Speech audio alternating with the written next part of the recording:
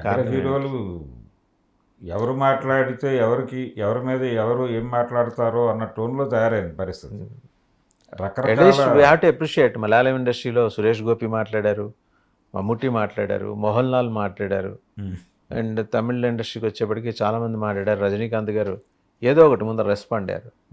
మన ఇండస్ట్రీలో ఎందుకు దీని మీద స్పందన రావట్లేదు? వేరాస్ వీళ్ళు హీరోయిన్స్ వరకైతే కొద్దో గొప్ప ముందుకు వస్తున్నారు, ఎంతో కొంత చెప్పే ప్రయత్నం చేస్తున్నారు. అంటే తెలుగు ఇండస్ట్రీలో హీరోయిన్లు కూడా ఎవరు మాట్లాడట్లేదండి. అంటే చాలా గుంభనగా ఉన్నారు. ఇంకా సమంత ఒక్కరే బయటకు వచ్చారు. సమంత, మంచు లక్ష్మి తప్ప ఇంకెవరు హీరోయిన్స్ కేటగిరీలో సమంత అని అనుకోవచ్చు. అంతే. అంటే తను కూడా నిజానికి ఇప్పుడు సీరియస్ ట్రాక్లో లేదు ఆవిడ. ఇప్పుడు క్యారెక్టర్స్ ఏం చేయట్లేదు ఆవిడ. వెబ్ సిరీస్లో ఉన్నారు. అలాగే 2-3 టాక్ షోస్కి ఆవిడ హోస్ట్గా వెళ్తున్నారు. ఆ యాక్టివిటీలో ఉంది ఆవిడ. ఇప్పుడు ఆవిడ కంటే కూడా ఇక్కడ సీరియస్గా ట్రాక్లో ఉన్నటువంటి హీరోయిన్స్ ఎవరైనా మాట్లాడటం మొదలు పెడితే కొంత రెస్పాన్స్ వస్తుంది. రెస్పాన్స్ అంటే ఏం లేదు, వాళ్ళ అవకాశాలు పోతాయి అంతే. అంతే భయమేనండి. అది అంటే ఎక్కడ మాట్లాడితే అంటే హీరోల దగ్గరికి వచ్చేసరికి ఏం మాట్లాడితే ఏది కాంట్రవర్సీ అవుతుందో, అనవసరంగా తేనె చుట్టని కదపటం అవుతుందేమో అనే భయంతో ఎవరు మాట్లాడట్లేదు. కానీ ఇక్కడ కూడా ఉంది అనే విషయం అందరికీ తెలుసు. వచ్చిన ఎలిగేషన్స్ అన్నీ ఫాల్స్ ఎలిగేషన్స్ అని చెప్తున్నారు. ఇలాంటి కండిషన్ ఉంది ఇక్కడ.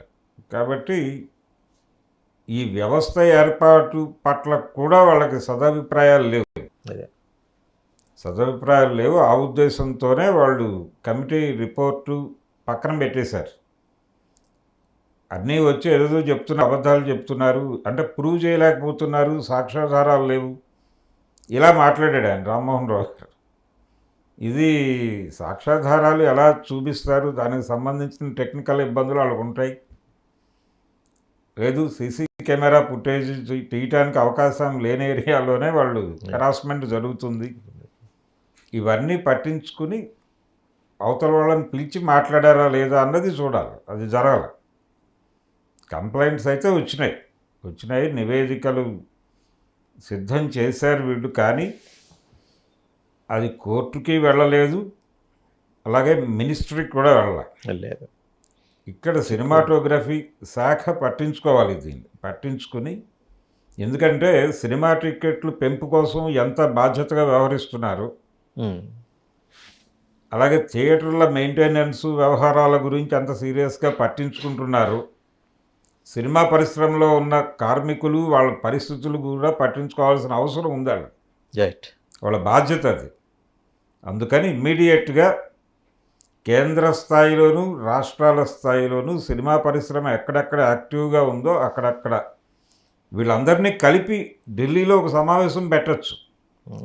ఎందుకంటే బెంగాల్ ఇండస్ట్రీ నుంచి కూడా స్పందనలు వచ్చినాయి దీని మీద. అలాగే తనుశ్రీ దత్తా బాలీవుడ్లో ఉన్నాయి, ఎలిగేషన్స్ ఉన్నాయి. ఇప్పుడు ఈ జస్టిస్ హేమా కమిటీ నివేదిక మీద స్పందిస్తున్నారు వీళ్ళందరూ. బాలీవుడ్ నుంచి స్పందనలు వచ్చినాయి. అలాగే బెంగాల్ ఇండస్ట్రీలో ఒక 2 ఆర్టిస్టులు, ఒక డైరెక్టర్ మీద ఎలిగేషన్స్ పెట్టారు. కాబట్టి ఇది జాతీయ స్థాయిలో మంట అంటుకుని మండుతోంది. దీన్ని ఐడెంటిఫై చేయాలి. ఐడెంటిఫై చేసి అన్ని రాష్ట్రాల సినిమాటోగ్రఫీ మంత్రులతో ఒక సమావేశం పెట్టి ఒక నిర్ణయం తీసుకోవాల్సిన అవసరం అయితే ఉంది. ఇక